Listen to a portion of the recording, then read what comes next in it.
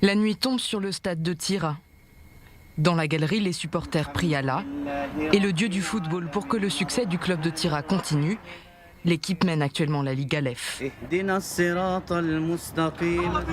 Sur la pelouse, un groupe de joueurs ambitieux s'entraînent, arabes et juifs côte à côte, le phénomène le plus encourageant de la Ligue. Ici, on ne fait pas de politique. La politique n'entre pas dans cette pièce. En plus de l'arabe et de l'hébreu, à l'accent, j'entends que tu es juif. C'est vrai. La langue partagée par tous ici, c'est celle de la coexistence. Je me sens vraiment à la maison. C'est triste que ça surprenne. C'est la routine. Et comment sont vos relations? Excellente, vraiment très bonne. On est comme des frères. Contrairement aux clichés, politique et football vont de pair. Au bord du terrain, les fans osent maintenant prononcer un nom qui était encore récemment perçu ici comme une insulte. Tu vois le nombre de problèmes qu'on a ici, les meurtres par exemple, et ils n'ont rien fait. Si on ne se joint pas à eux pour faire un gouvernement, c'est une perte de temps. C'est quoi la solution alors, Netanyahou? Je ne vois pas de meilleure option que lui. Des témoignages comme celui-là, on ne les entendait jamais, surtout pas en public. Les électeurs arabes arrivent en masse au bureau de vote. C'est soit Tibi, soit Bibi. Exactement. Hier, Lapid, comme Premier ministre, s'appuyant sur Meretz et les partis arabes qui soutiennent le terrorisme. Tu penses que Bibi s'occupera de vous? Oui, il fera, je le sais. D'ailleurs, il est venu il y a quelques jours. Il était à Tira. Pourquoi n'est-il pas entré dans un secteur arabe depuis des années? Pourquoi maintenant? À cause des élections? Pour éviter la justice?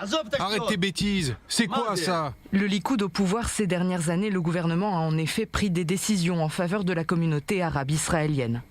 En 2011, par exemple, 1,2 milliard de shekels lui ont été attribués.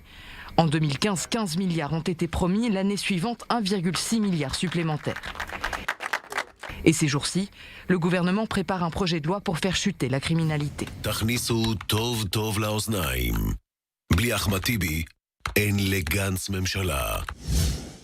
Encore récemment, la stratégie du Likoud était simple. Présenter les députés arabes israéliens comme les ennemis du pays, discréditer la liste arabe unifiée et peut-être même ses électeurs. Mais ces derniers temps, sa stratégie a changé. On peut en sortir. Tout ce qu'il faut faire, c'est une piqûre rapide. Ça a commencé avec une visite à El-Fahem et à Tira. Ça a continué avec des messages de paix. Le parfait apanage du gauchiste pour le Netanyahou d'il y a 2 mois. Avec tout le respect que je dois à la liste unifiée, ils n'ont rien fait. On a attendu qu'ils agissent, mais ils n'ont rien fait. Qu'est-ce qui préoccupe vos politiques? Leur préoccupation, c'est leur salaire. 53 000 shekels par mois. Mais ils ne s'occupent pas de nous. Par exemple, ici à Tira, une équipe s'apprête à changer de ligue et je n'ai rien. Le terrain a besoin d'entretien, on a besoin de lumière, de galeries. C'est quoi ma solution? De virer à droite, de voter Netanyahou? Je suis pour Netanyahou, je te jure. De ma vie, je n'ai jamais voté pour le Likoud. Mais cette fois, je le ferai. Tu rejoindrais une coalition avec Netanyahou? Je ne rejoindrai pas la coalition. Je travaille dans l'aluminium. Laisse-moi faire mon travail, c'est pour le mieux.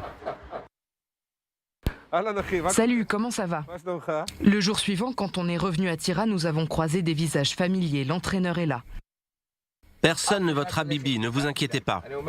Oh, tu crois? Parce qu'hier, j'ai entendu des avis très différents. C'est le pire, laisse tomber les gens âgés, ils ne sont pas lucides. Un jour, Netanyahou vous dira qu'il veut ouvrir une page blanche avec la communauté arabe. Et alors? Ce ne sont que des mots. Il veut nous utiliser juste pour conserver son siège, il se moque de nous.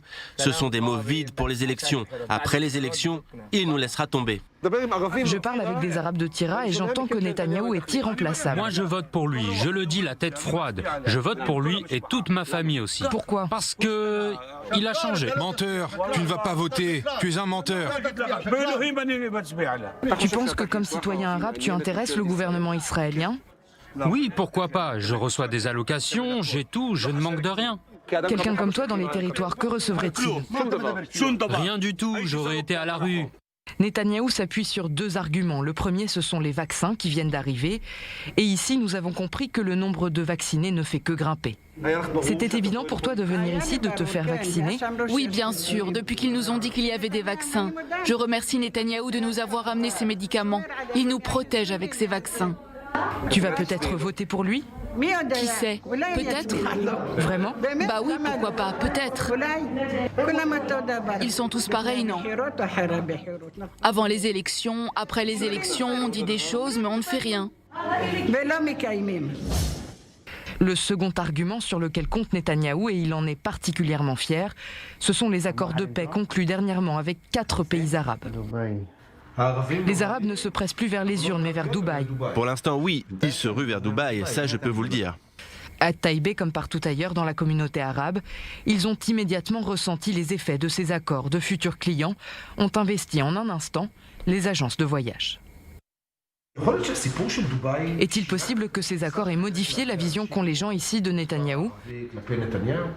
Pour vous dire la vérité, je ne pense pas que cela va changer la vision qu'ont les gens de Netanyahou. Ils savent qu'il a fait beaucoup de dégâts dans la communauté arabe avec toutes les destructions de maisons, la loi État-nation. Netanyahou essaye de survivre, il n'a aucun problème à dire une chose un jour et son contraire le lendemain. Peut-être que Netanyahou commence à bien vous aimer ? C'est de la politique, mon frère, ça n'a rien à voir avec le fait qu'il nous aime ou non. Ou peut-être que ce sont les effets secondaires du vaccin. Mais l'état des lieux des relations entre Netanyahou et la communauté serait incomplète sans un personnage. Inconnu pour la plupart des Israéliens, il a réussi à se positionner de façon surprenante. Personne, semble-t-il, ne reste indifférent au chef du parti Ra'am, Mansour Abbas, qui a bouleversé la donne de l'intérieur en annonçant qu'il pourrait rejoindre un gouvernement dirigé par Netanyahou. Je suis conscient du fait que Bibi essaye de m'utiliser, mais moi aussi j'essaye de l'utiliser, c'est réciproque. Ahmad Kashwa est très impliqué dans la vie communautaire. Des meurtres tous les jours. La loi État-nation, c'est Netanyahou tous les jours. Ils détruisent l'une de nos maisons. Comment voulez-vous que nous souhaitions vivre sous la gouvernance de Netanyahou? Il pourrait bien mettre un kéfier sur la tête et se marier avec une musulmane, que ça ne ferait pas de lui un musulman. C'est un imposteur. Il fuit son procès, il veut se soustraire à la justice. Il a détruit Gantz, il travaille maintenant à détruire la liste arabe unifiée. Et il l'a déjà détruite. Nombreux ici sont convaincus que les tirs qui résonnent presque chaque nuit sont politiques, que leur origine se trouve dans l'indifférence, voire dans le racisme qu'il peut y avoir dans la société israélienne. Pourquoi chez vous il n'y a pas de meurtre toutes les semaines? Les Arabes utilisent des armes, mais où est la police? Si on appelle la police et qu'on leur dit « quelqu'un m'a frappé », ils envoient tout de suite une patrouille. Si on appelle pour des tirs, ils arrivent une demi-heure, 1 heure après, quand tout le monde a fui, pour qu'il n'y ait pas de danger pour la police.